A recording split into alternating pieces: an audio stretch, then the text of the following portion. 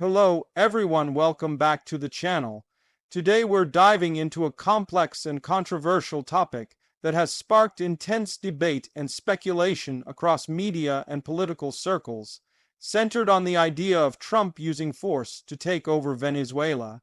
This topic is often presented in dramatic headlines, but to understand it properly, we need to slow down and unpack what is being claimed, what is hypothetical, and what is rooted in real historical and political tensions between the United States and Venezuela. The idea of a U.S. president using military force to take control of another sovereign nation immediately raises questions about legality, motivation, and global consequences. That's why this subject demands careful explanation rather than emotional reactions. Venezuela has been in a prolonged political and economic crisis for years, marked by hyperinflation, shortages of basic goods, mass migration, and deep divisions between political factions. These internal problems set the stage for international involvement and pressure. During Donald Trump's presidency, the U.S. took a particularly hard stance against the Venezuelan government led by Nicolas Maduro. Trump frequently labeled the regime as illegitimate and accused it of corruption and human rights abuses. The U.S. officially recognized opposition leader Juan Guaido as the interim president of Venezuela in 2019.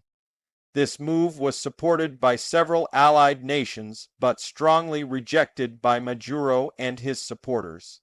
Economic sanctions became the primary tool used by the Trump administration to apply pressure. These sanctions targeted Venezuela's oil industry, government officials, and financial systems, aiming to force political change.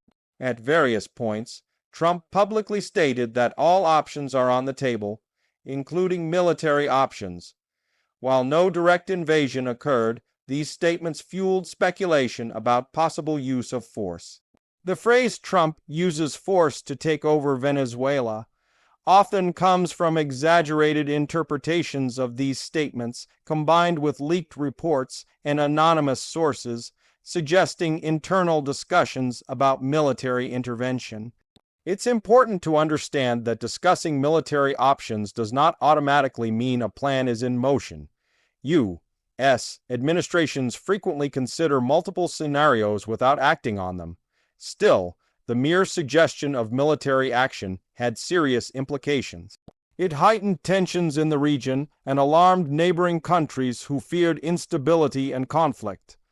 Latin America has a long history of U.S. intervention, and memories of past coups and invasions make any mention of force especially sensitive. This historical context shapes how such claims are perceived. From a legal standpoint, a forced takeover of Venezuela would violate international law unless justified by self-defense or authorized by international bodies like the United Nations, which was not the case. The Trump administration often framed its Venezuela policy as a humanitarian concern. Officials argued that Maduro's government was responsible for widespread suffering and that intervention could alleviate it. Critics countered that military force would likely worsen humanitarian conditions, leading to civilian casualties, infrastructure destruction, and further displacement of people. Inside the U.S., opinions were divided. Some supporters viewed a hardline approach as necessary to counter socialism and protect American interests, particularly oil interests in the region. Others saw the rhetoric as reckless, arguing that it distracted from domestic issues and risked dragging the U.S. into another prolonged foreign conflict. Media coverage played a major role in shaping public perception. Sensational headlines often blurred the line between speculation and confirmed policy, making the situation seem more imminent than it was. Social media amplified these narratives, with rumors and misinformation spreading rapidly. This contributed to confusion about what the U.S. government was actually planning. Venezuela's government responded strongly to any suggestion of U.S. military action. Maduro used the threat as a rallying point, portraying himself as a defender of national sovereignty. Russia and China, both allies of Venezuela, also weighed in. They warned the U.S. against intervention and increased their diplomatic and economic support for Maduro's government. This international dimension made the situation even more complex. Any use of force would risk escalating into a broader geopolitical confrontation. From a strategic perspective, invading or taking over Venezuela would be far from simple. The country's geography, military, and civilian resistance would present major challenges. Venezuela's armed forces, while facing internal issues, remain loyal to the government leadership. This loyalty has been a key factor in Maduro maintaining power. There is also the question of what taking over actually means. Removing a government does not automatically result in stability or democracy. Examples from Iraq and Libya show how regime change through force can lead to long-term chaos, power vacuums, and unintended consequences. Trump himself was often inconsistent in his foreign policy messaging. At times he criticized endless wars, while at other times he used aggressive rhetoric to project strength. This contradiction made it difficult to determine how serious the idea of military action against Venezuela truly was. Former officials later revealed that while discussions occurred, there was significant resistance within the administration and military leadership to any direct intervention. Many advisors warned that the costs would outweigh the benefits and that there was no clear exit strategy. Congress also played a role. Any large-scale military operation would face legal and political challenges without congressional approval. Public support for another foreign intervention was limited. After years of conflict in the Middle East, Americans were largely wary of new wars. The Venezuelan opposition itself was divided on the issue of foreign military involvement. Some welcomed international pressure, while others feared losing legitimacy. Human rights organizations consistently emphasized the need for diplomatic solutions rather than military ones. They warned that civilians would suffer the most. Economic sanctions, while less violent than military force, also had severe humanitarian impacts. This sparked debate about whether such measures were ethical or effective. Over time, the Trump administration's Venezuela policy appeared to stall. Maduro remained in power and the opposition lost momentum. By the end of Trump's term, the dramatic language about force had not translated into action. The situation remained largely unchanged. This raises an important point about political rhetoric versus reality.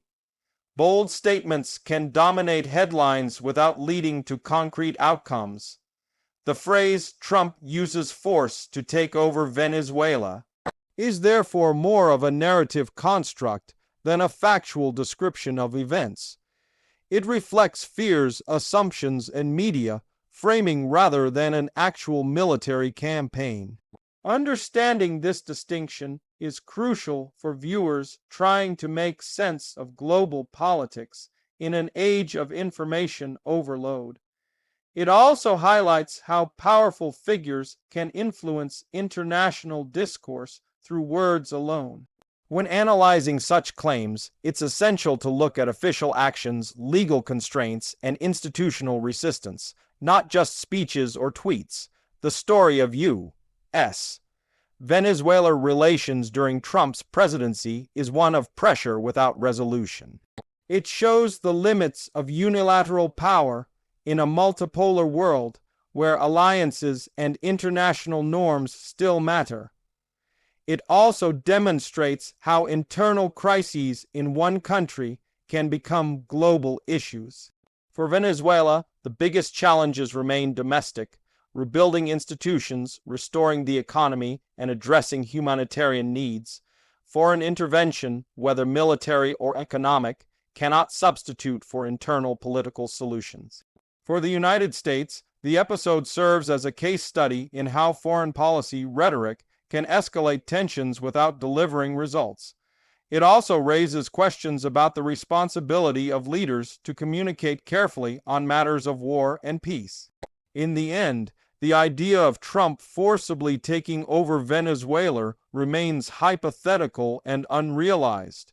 What persists instead is a cautionary tale about speculation, power, and the consequences of aggressive posturing. As viewers and citizens, critical thinking is essential when encountering dramatic political claims. Looking beyond headlines helps us understand what is truly happening and what is merely being suggested. This topic reminds us that global politics is rarely black and white. It is shaped by history, interests, institutions, and human consequences. By examining these factors, we gain a clearer and more balanced understanding of complex international issues.